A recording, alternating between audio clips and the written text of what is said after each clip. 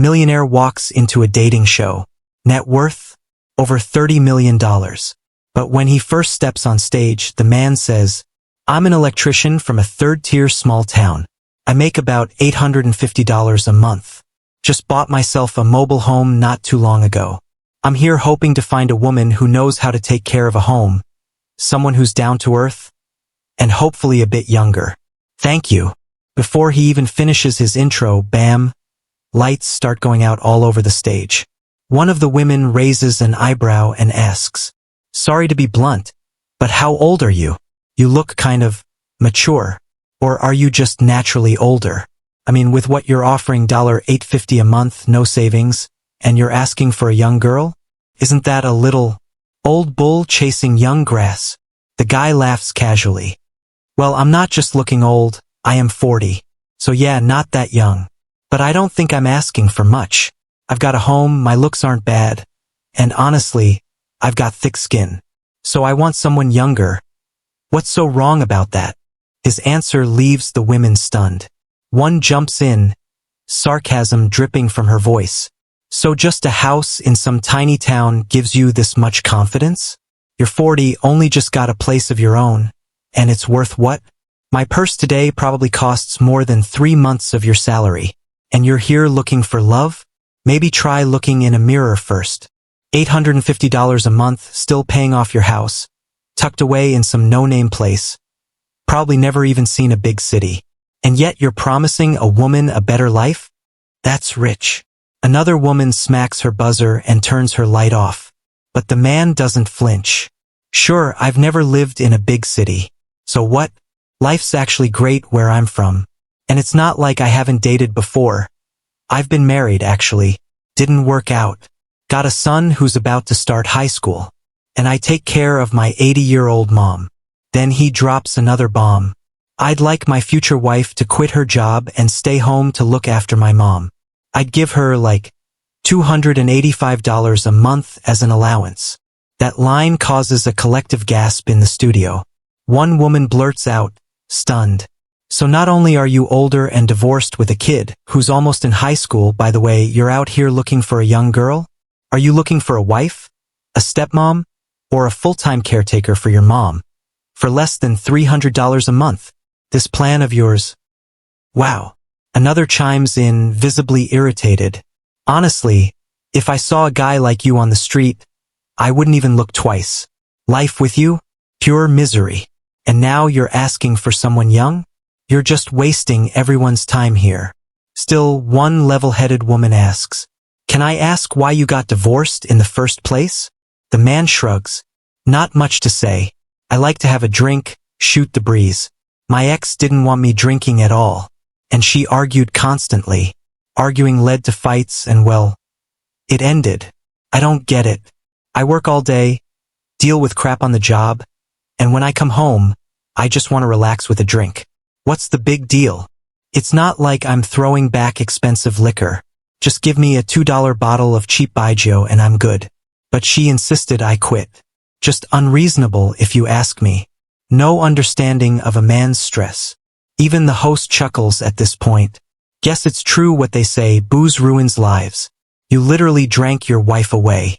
Still not thinking of quitting? The host gets serious. You've got an elderly mom and a kid who relies on you. If something happens to you because of drinking, what happens to them? But the guy just lights up talking about it. "I know my limits. I can put away a pound or two of liquor easy. It's all because of that nagging woman.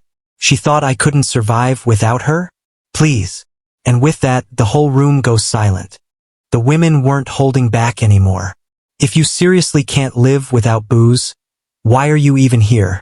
Just marry your liquor bottle and call it a day. You're the definition of a lost cause.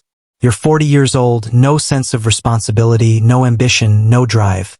Honestly, a guy like you doesn't even deserve a wife or a kid." Another woman snapped, slamming her buzzer to turn off her light. The man finally lost his cool. "What? Liking a drink means I have no ambition now? You think men don't get crushed under pressure working out there every day? I just want to unwind a bit.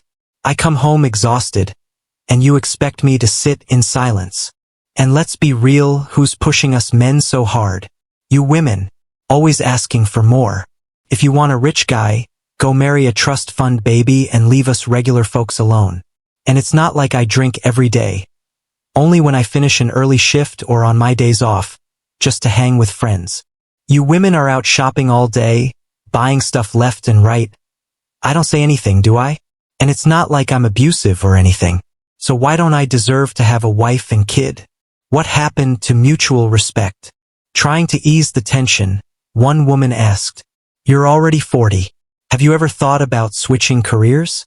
Even starting a little business might be better than sticking to a low-paying job forever."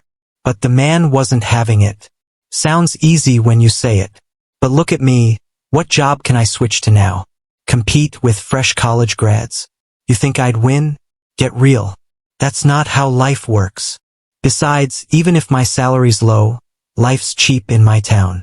I've got a market and a big supermarket right by my neighborhood. I live comfortably. What's wrong with that? A woman shook her head in frustration. You really don't ask for much, huh? You're still in your prime, but acting like you're already retired. You've got a whole family depending on you, and you've given up on trying to do better. The man stood his ground. Why do you all think I have no ambition? Not everyone can be a billionaire. Does that mean the rest of us don't deserve a life? I've got dreams too. Don't you want a rich, good-looking boyfriend? That struck a nerve. One of the women shot back. And what's your job again? How much do you make? Who are you to judge me?